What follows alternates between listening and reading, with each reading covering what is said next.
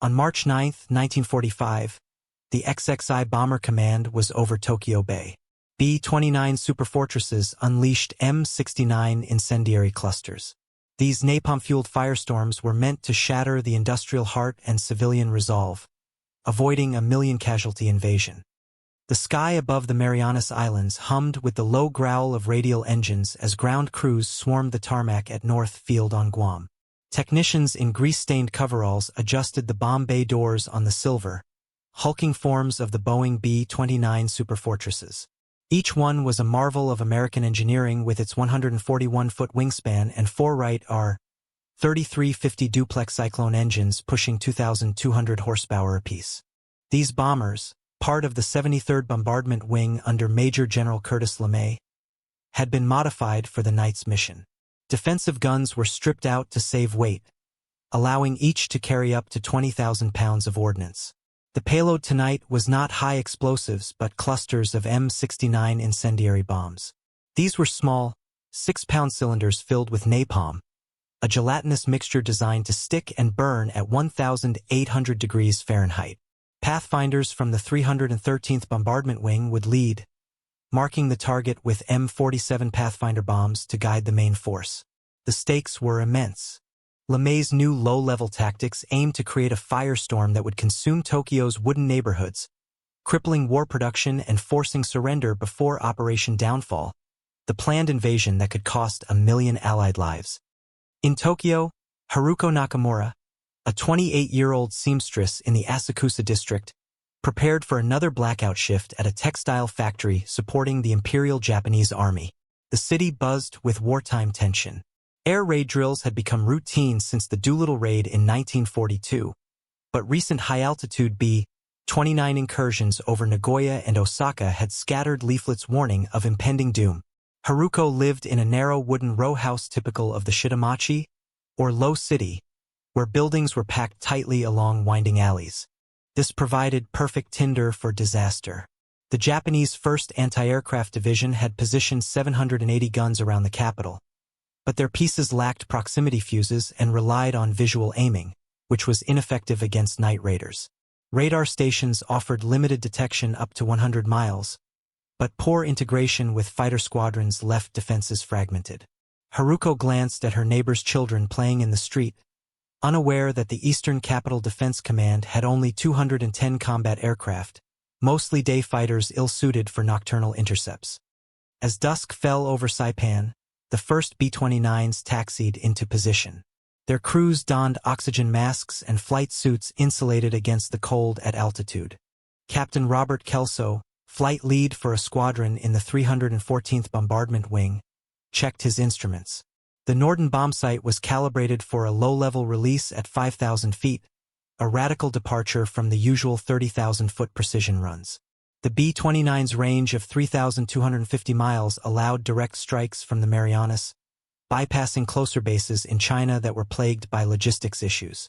Each bomber carried 40 clusters of M-69s, bundled in E-46 aimable clusters designed to eject at 5,000 feet and scatter over a wide area.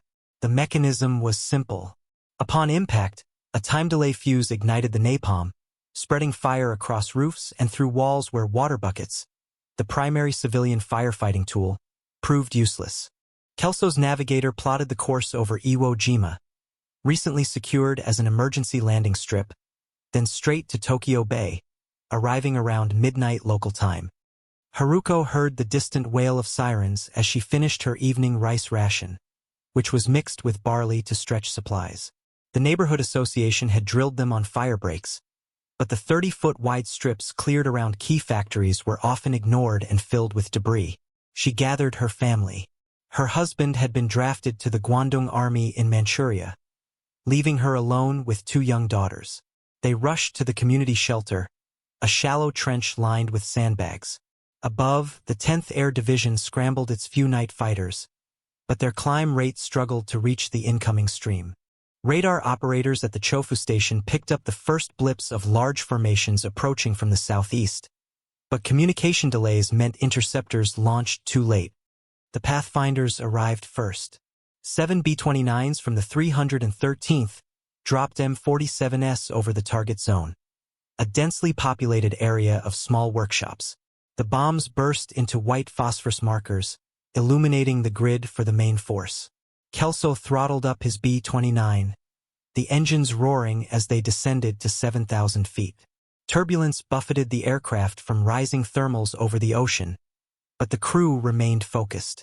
The bombardier aligned the crosshairs on the glowing markers below.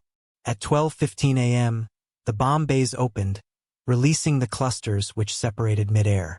On the ground, Haruko felt the earth shake as the first impacts hit nearby roofs. The napalm ignited with a whoosh, spreading blue-white flames that leaped from house to house. Fires erupted in multiple spots, and the wind from Tokyo Bay fanned them into a confluence. The M69's design ensured penetration, with the bomb casing bursting after a 3-second delay to spray napalm in a 100-foot radius. Haruko Street turned into an inferno. Neighbors screamed as wooden frames collapsed under the heat. She clutched her daughters and ran toward the Sumida River, but the paths were clogged with fleeing crowds. Japanese firefighters mobilized 8,000 men, but their hand-pumped engines could only draw from hydrants that were overwhelmed by the scale of the fire. The 1st Anti-Aircraft Division's guns barked, sending shells skyward, but without radar guidance, most bursts detonated harmlessly below the bombers. One B-29 from the 498th Bombardment Group took a hit, forcing an abort to Iwo Jima where Marine Seabees had just repaired the runway. Kelso circled for his second run. The B-29's autopilot held steady as the remote-controlled turrets remained silent. Below, the firestorm built. Superheated air rose at 30 miles per hour, creating inflow winds that sucked oxygen from the streets, asphyxiating those trapped. Haruko reached the riverbank and jumped into the shallow water with hundreds of others, but the heat boiled the surface, and steam scalded their skin. Bodies floated around her, charred beyond recognition. The smell of burning flesh was pervasive, even at altitude where Kelso's crew donned masks. The raid continued wave after wave, with the 500th Bombardment Group following with precision drops on the Honjo Ward, where factories melted under 2,000-degree flames. By 2 a.m., the conflagration covered 16 square miles, a single massive blaze visible from 150 miles away. Japanese Prime Minister Kuniakai Koiso received reports in his bunker as the cabinet debated evacuation, but Emperor Hirohito insisted on staying to boost morale. The Eastern Army Command activated reserves, but chaos reigned as communication lines were severed by fire. Survivor accounts later described rivers of molten tar from roads and people vaporized in place, leaving only shadows on walls. Haruko survived by clinging to a bridge piling. Her daughters were lost in the panic, their small bodies swept away in the current. As the last B-29s departed, their fuel gauges low from the 3,000-mile round trip, LeMay monitored from Guam.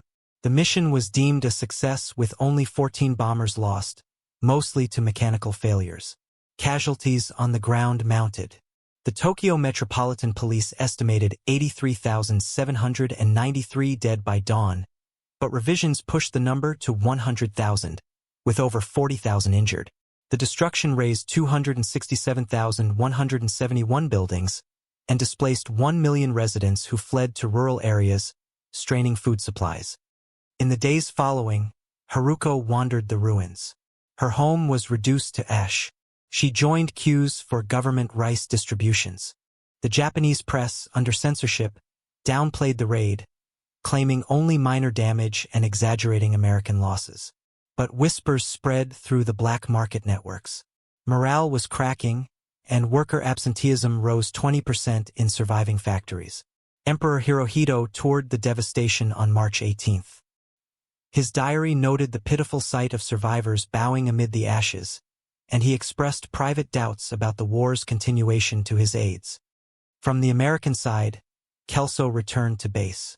His B-29's bomb bay was empty, but the crew was haunted by the glow on the horizon.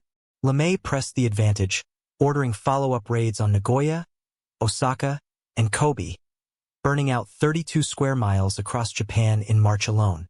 The B-29's survivability shone.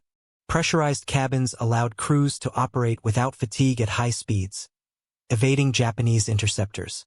Japanese anti-aircraft batteries fired blindly, their muzzle velocity insufficient without the VT fuses that the Americans used.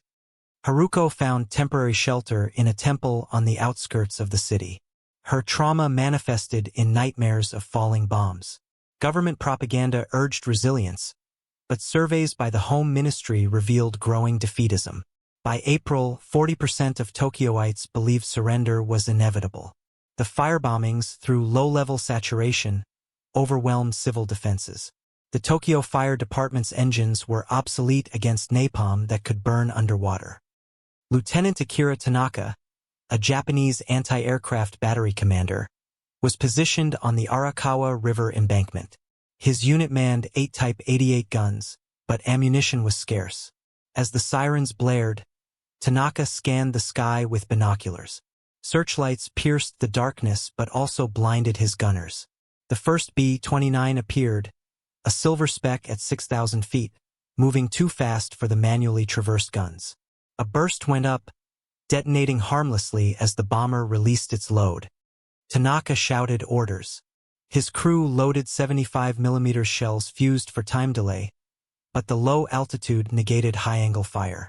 Flames erupted 500 yards away, and the wind shifted smoke toward his position, choking visibility. One gun overheated after 20 rounds, the barrel warping from sustained fire. Interceptors arrived late and were unable to lock on in the thermal updrafts. Tanaka watched helplessly as the firewall approached. His battery abandoned the guns, diving into a canal as napalm splashed nearby, igniting ammunition dumps. Weeks later, Haruko scavenged for metal scraps to sell.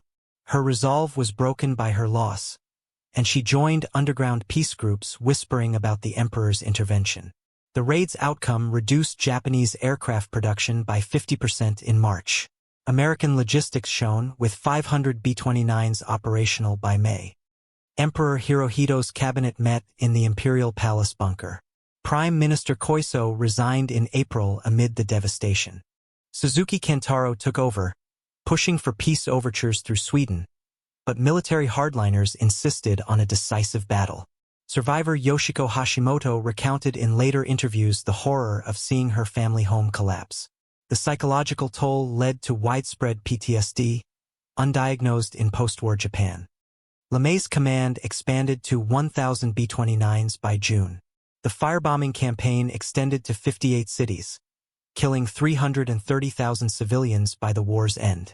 Haruko's story mirrored thousands. She migrated to rural Chiba Prefecture, where relatives farmed sweet potatoes under severe calorie restrictions. The morale collapse was evident in factory output, which dropped 30% as workers fled to the countryside. On his next mission over Osaka, Kelso noted the improved tactics. B-29s now flew in streams rather than formations to saturate defenses. Radar-equipped Pathfinders used and /APQ-13 sets for blind bombing in clouds. Japanese efforts at early detection failed against the high-flying raiders. In the Tokyo ruins, the government erected temporary barracks from salvaged tin. Haruko was housed in one with 20 others, sharing a single latrine. The invasion plans were scrapped. The atomic bombs on Hiroshima and Nagasaki on August 6 and 9 sealed Japan's surrender, but the groundwork of the firebombings in breaking the will to fight was undeniable. Sergeant Elias Thorne, a B-29 tail gunner, manned the remote 50-caliber Browning M2 turrets, though they were lightened for this run. His aircraft vibrated as they climbed to cruise altitude. Thorne peered through the blister window at the Pacific below, dotted with submarine pickets. The mission brief emphasized the M69's effectiveness, with each cluster covering 15,000 square feet in flames. Approaching Tokyo, the formation descended. The air grew warmer from the urban heat. Thorne spotted tracers rising from below from Japanese 20mm guns, but their range was limited. A nearby B-29 caught flak. Its number 3 engine flamed, forcing the crew to bail out over the water, where Navy PBY Catalinus waited for rescue. The drop commenced. Thorne felt the aircraft lighten as 180 M69 clusters were released, fused for airburst to maximize their spread. On the ground, Tanaka regrouped his surviving gunners. 3 were dead from shrapnel. They reloaded amid the chaos. His unit's effective range was 15,000 feet, but without predictors they relied on guesswork. The guns traversed too slowly for the 300 miles per hour targets. Haruko emerged from the water at dawn. The river banks were lined with corpses. She walked for miles to an aid station run by the Japanese Red Cross. Bandages were scarce, and burns were treated with salt water. The government's response was slow. Relief trains from Yokohama arrived days later with 50,000 rice balls that were distributed unevenly. LeMay analyzed post-raid photos from F-13 reconnaissance B-29s. They showed 158 square miles blackened, a quarter of Tokyo gone. The campaign's kill ratio was devastating. 1 ton of bombs resulted in 60 casualties, compared to Europe's rate of 1 per 2. The Japanese High Command debated the raids. General Yashijiro Yumizu argued for continued resistance, but Admiral Somu Toyota admitted naval impotence against the American Third Fleet. Reiko Muto, a nurse at Tokyo Army Hospital, recalled the influx of burned patients, their skin sloughing off like paper. They overwhelmed the 200 beds. Morphine stocks were depleted, and screams echoed through the wards. The psychological mechanism of terror was eroding the Bushido spirit. By April, Haruko had joined a labor gang clearing rubble for new, wider fire breaks ordered by the Home Ministry. But labor shortages from 2 million evacuated residents slowed progress. The B-29s returned on May 25, dropping 3,700 tons on the Ginza district. Luxury shops were vaporized. Morale surveys showed 60% of residents now favored peace. Kelso, promoted to major, led a raid on Yokohama. The B-29's dive rate was controlled to avoid stalling, and their turning circle allowed them to evade searchlights. Japanese codebreakers intercepted some signals, but magic intercepts on the American side revealed desperation in Tokyo's cables to Moscow seeking mediation. Tanaka was transferred to Kobe. His battery was reinforced with captured American 90mm M1 guns, but incompatible ammunition limited their use. The raid's outcome was clear. Convoys of wounded streamed south, and logistics collapsed under the submarine blockade. Haruko found work in a munitions plant assembling fuses. Her hands were blistered from chemicals. The factory was hidden in caves to avoid detection, but poor ventilation led to carbon monoxide poisoning. Morale reports from the Kempitai secret police noted increasing desertions from the Imperial Army, with 15,000 in 1945 alone. The campaign peaked in July with 67 cities hit. LeMay's force grew to 1,000 aircraft. The 315th Bombardment Wing specialized in precision radar bombing through clouds. Japanese fighter pilot Captain Saburo Sakai found his A6M0 was outclassed by the B-29's speed and altitude capabilities. Haruko heard the Emperor's voice on the radio, the dual voice broadcast announcing acceptance of the Potsdam terms.